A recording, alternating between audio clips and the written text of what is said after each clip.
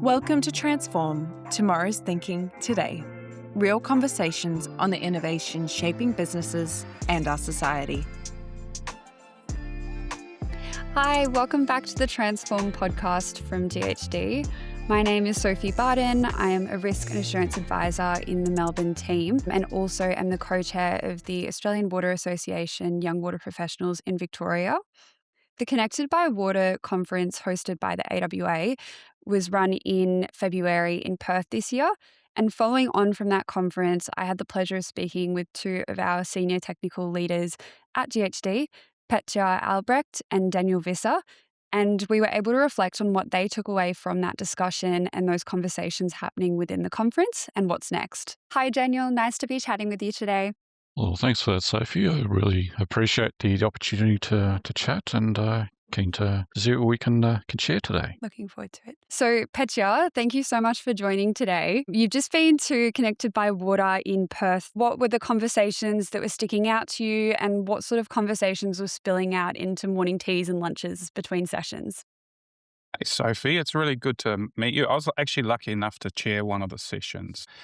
I think to your question, I think the thing that really stood out to me was really this overall theme of taking a wider view of water and considering the more broader context of water and how it fits into community, really deeply considering how it fits into environment and thinking about deeply treating water as a resource.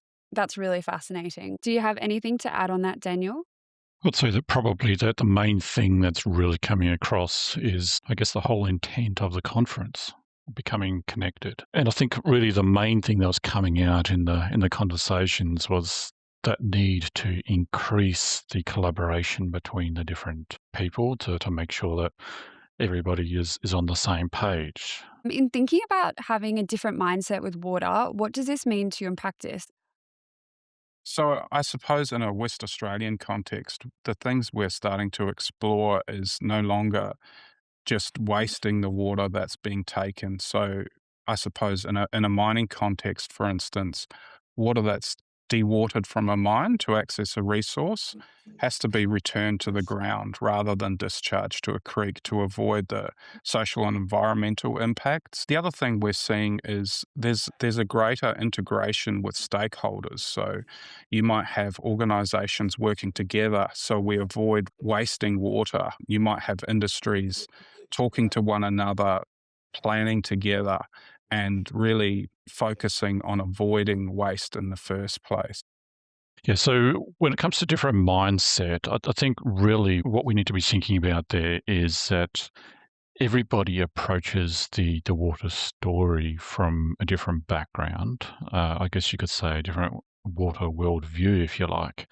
And there's four main views that I think of, and it's water for life, for prosperity, water for the environment, and then water for country. And each one of those is quite different, and it changes the way that you approach what you do with water. So water for life is all about water for mums and dads and kids who need water to drink and to flush their toilets and so on and so forth. So it's our traditional water sector use of water and management of wastewater. Water for prosperity is where we think about the industrial sector, things like mining. There is the incoming interest in water for data centers, water for green energy, and so on. And we've got water for environment, and so making sure there's appropriate water in wetlands to keep the flora and the fauna healthy and alive. And then that last one, water for country. Now, I am by no means the expert on this aspect, but we think here about the Indigenous perspective with regards to water and respecting the values that these people bring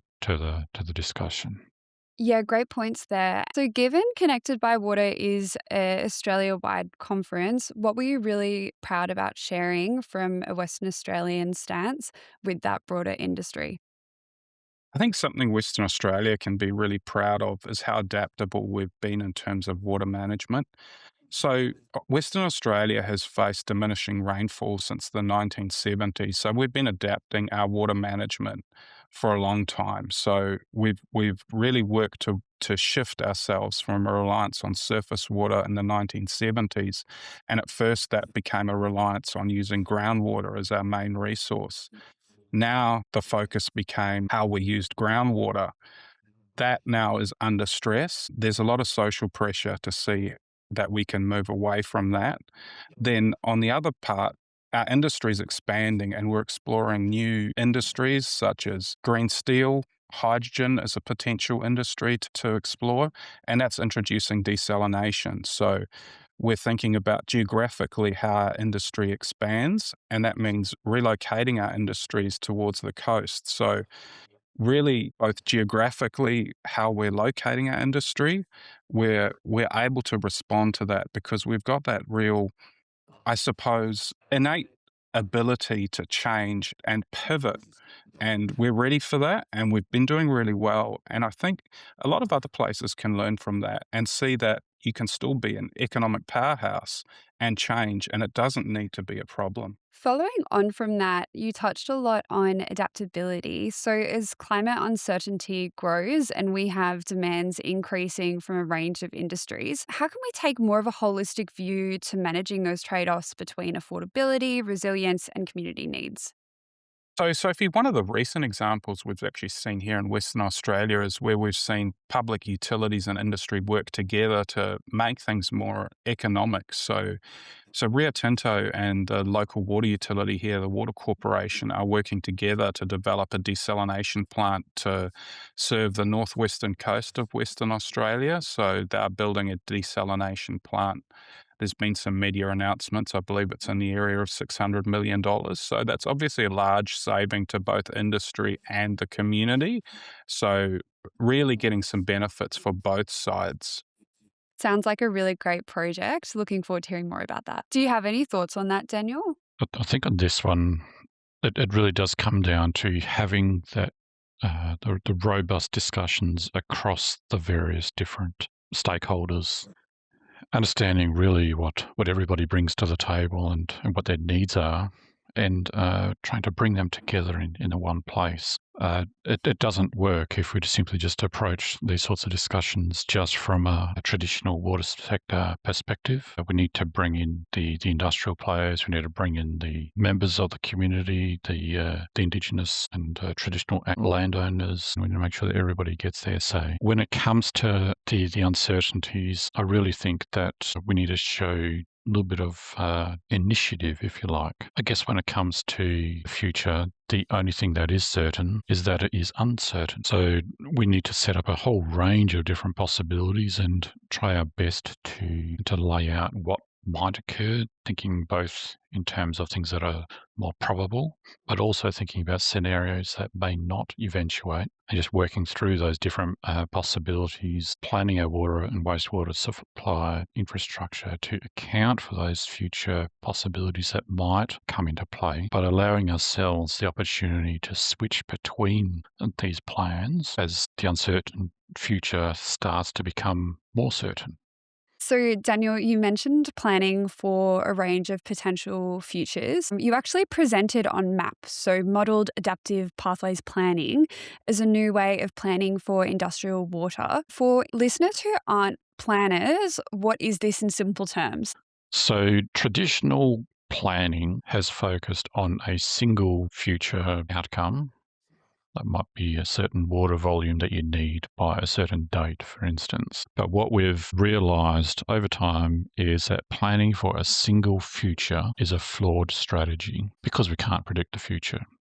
Probably the best example that shows that is the COVID pandemic. We could not predict that was about to happen, but we managed to work our way through the situation when it did actually evolve. So what adaptive pathways planning attempts to do is to plan for multiple futures. We aim to set up a series of potential solutions that might align with that range of scenarios, and then have a series of trigger points and actions along the journey that allows us to step between those pathways or solutions depending on what future is unfolding. So we have that opportunity to change our mind along the way. That then brings me to the MAP approach. The traditional approach to adaptive pathways planning has been somewhat challenged in that it's more of a qualitative approach rather than a quantitative approach. That in addition to the fact that we're dealing with a future that is completely uncertain. And when it comes to industrial areas, we don't know how much water we need, and we don't know when it will be needed.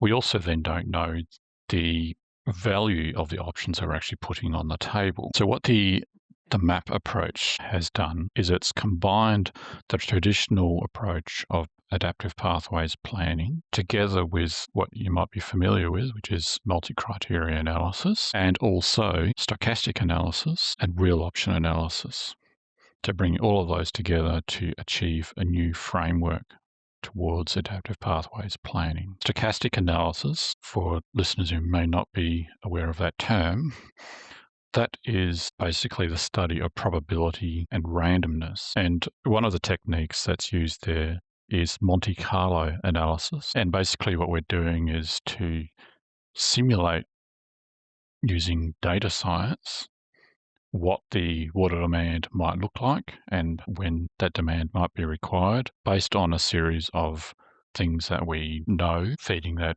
into some mathematics to predict some numbers that we don't know. So then going on to the real option analysis bit, what this is about is taking the options that we have on the table and applying some tools that are borrowed from the investment planning sector and assessing the financial benefits of the options, building in the uncertainty that we have into the equation.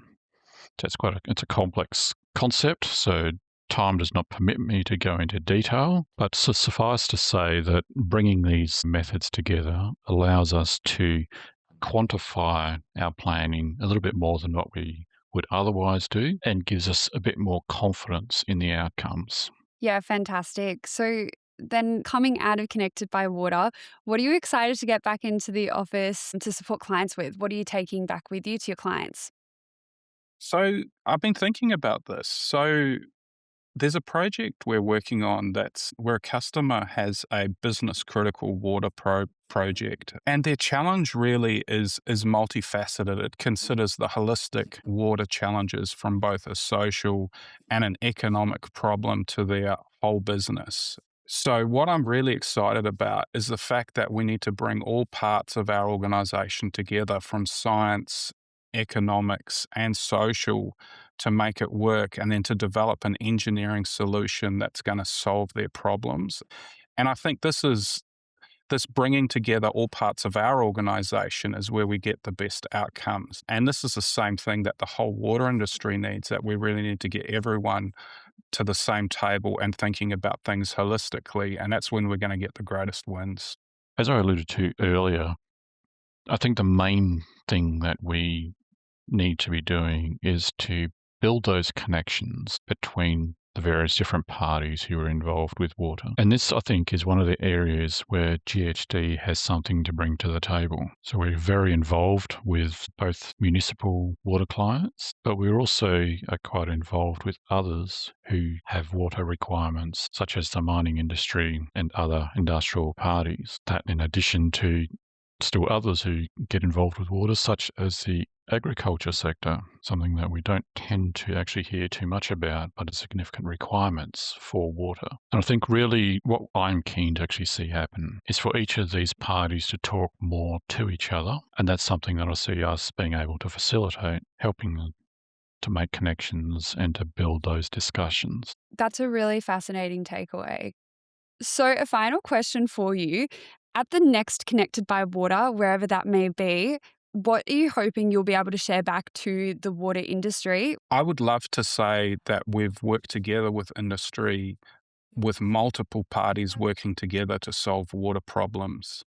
I think if we can have multiple industrial customers working together to work on complex problems and addressing our water challenges regionally, I think that would be fantastic to see. We're already working cross disciplines to achieve better outcomes. Now, if we can work with multiple providers so we develop more holistic solutions in broader areas, I think that would be a huge success.